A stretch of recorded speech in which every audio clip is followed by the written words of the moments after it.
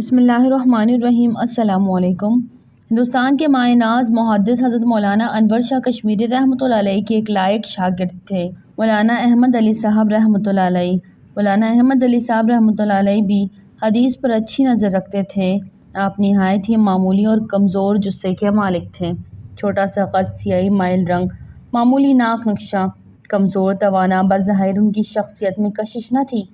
ایک دن دوران درس بڑے تاثر کے ساتھ مزے لے کر اپنا ایک دلچسپ واقعہ سنایا۔ واقعہ اس قدر سبق آموز تھا کہ آج تک اس کا اثر دل پر باقی ہے۔ مولانا رحمۃ اللہ علیہ نے بیان فرمایا، میں اعظم گڑھ میں مقیم تھا۔ عصر کی نماز پابندی سے شہر کی جامع مسجد میں پڑھتا تھا۔ میں نماز پڑھ کر جب مسجد سے نکلا تو مسجد کی سیڑھیوں پر ایک نوجوان کھڑا ملتا۔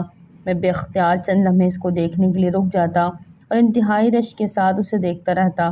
نوجوان واقعی قدرت کا عجیب و غریب شاہکار تھا۔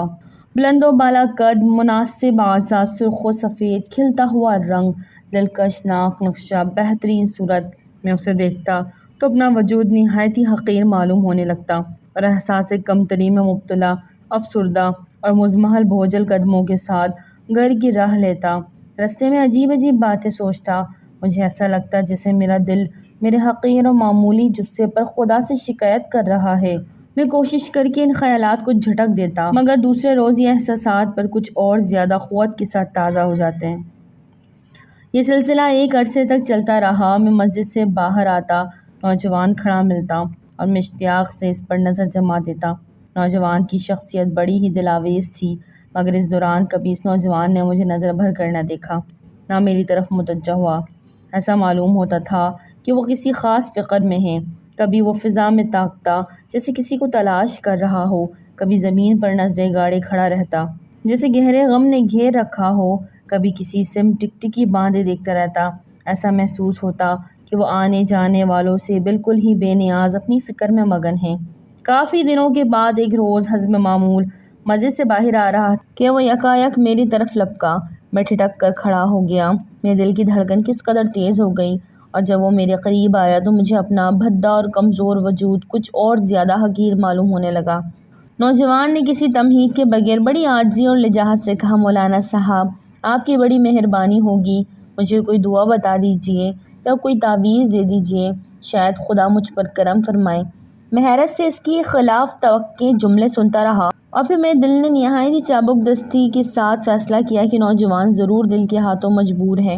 مجھے دلچسپی ہوئی اور میں نے اس کے حسین چہرے کی طرف سر اٹھائے ہوئے اس سے پوچھا، بھائی، آپ کس کام کے لیے دعا اور تعویذ مانگ رہے ہیں؟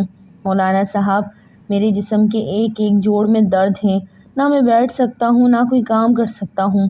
برسوں سے علاج کروا رہا ہوں، سینکڑوں ڈاکٹروں اور حکیموں کو دکھا چکا ہوں، مگر کوئی افاقہ نہیں ہوا۔ روز بروز حالت خراب ہوتی جا رہی ہے۔ گھر میں طبیعت گھبراتی ہے تو یہاں آ کر کھڑا ہو جاتا ہوں۔ مولانا صاحب، کچھ سمجھ میں نہیں آتا کہ میں کیا کروں۔ زندگی سے بیزار ہوں، مجھے کچھ اچھا نہیں لگتا، میری زندگی میں کوئی سکھ اور کوئی لذت نہیں۔ اور نوجوان کی آنکھوں سے بے اختیار آنسو جھلک پڑے، آواز بھرا گئی اور کچھ دیر کے لیے وہ خاموش ہو گیا۔ میں حیران اور ششدر یہ سب سن رہا تھا۔ کچھ دیر میں بت بنا خاموش کھڑا رہا اور پھر اس کو کوئی جواب دیے بغیر اس طرح وہاں سے بھاگا جیسے میں نے کوئی بڑا جرم کیا ہو۔ میں نہایت تیز قدموں سے چل رہا تھا اور بے اختیار میری زبان پر شکر کے کلمات جاری تھے۔ آج مجھے اپنا منتظر سا وجود بڑا قیمتی محسوس ہو رہا تھا۔ آج میری آنکھ کھل گئی تھی اور آج خدا کے شکر میں وہ لذت تھی جو اس سے پہلے مجھے کبھی میسر نہیں آئی تھی۔ اس عجیب و غریب واقعے میں نصیحت کا بڑا سامان ہے، بہت سی الجھنوں اور پریشانیوں کی تسکین بخش جواب ہے۔ بے شک خدا نے آپ کو سب کچھ نہیں دے رکھا، لیکن جو کچھ دیا ہے اس کی قدر پہچاننے کی کوشش کیجیے اور شکر بجا لانے کی عادت ڈالیے۔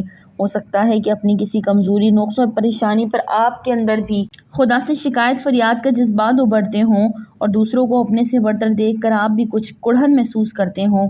ایسے تمام موقعوں پر کبھی اندیشہ ہوتا ہے کہ آدمی صبر و شکر کا دامن چھوڑ بیٹھے اور ذہن فکر کی کسی ایسی کجی میں مبتلا ہو جائے جو مومن کی شان کے خلاف ہے۔ اللہ پاک ہم سب کو صبر اور شکر کی توفیق دے۔